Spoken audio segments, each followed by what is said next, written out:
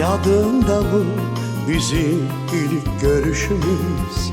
O ince bakışın, o kaynar gözün.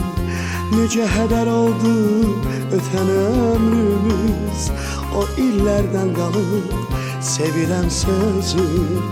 Nece heder oldu öten ömrümüz, o illerden kalıp sevilen sözün. Senin bir oğlun var, benim bir kızım. Adını koymuşam öz evladıma. Sizin tərəflərə düşəndə yolum, ötən illər bir-bir düşər yadıma.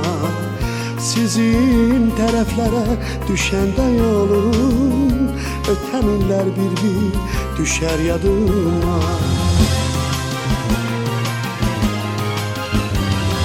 Gözümün önüne geldi yeniden cavanlık illeri, ilk saadetim. Elə bir yuxudan ayıldım birden, duydum ki yaşayır ilk məhəbbətim.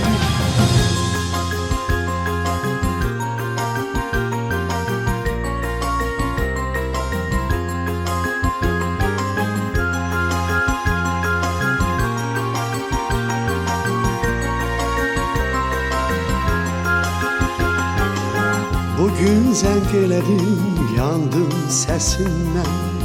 Dedin ki bağışla, keç günahımdan. Səndə nə günah var, nədən keçinməm? Öz dönük bəxtimi bağışlamıram.